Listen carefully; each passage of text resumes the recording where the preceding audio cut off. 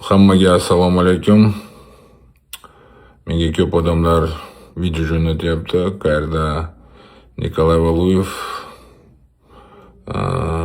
O'rta Osiyo to'g'risida har xil gaplar gapiryapti.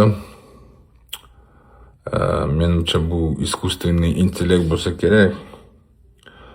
Lekin unaqa bo'lmagan bo'lsa, o'zbek xalqimdan uzr so'rayman. Shu paytda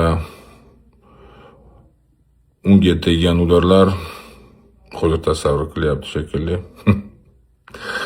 Endi u hazil, lekin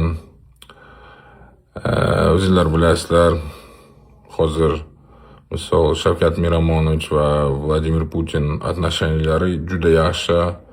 O'zbekiston bilan Rossiya aloqasi juda yaxshi. Mana shunaqa Valuyevga o'xshagan odamlar o'sha muchit qilyapti hamma yoqda, bunaqa vijir qilib.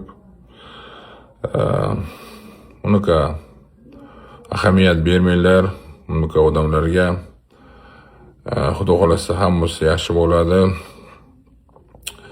Va nima demoqchiman? Valuyevni kallasini joyiga qo'yish uchun bitta jang kerak bo'lsa, men tayyorman. Va bu safar Xudo xolasa jangdan keyin u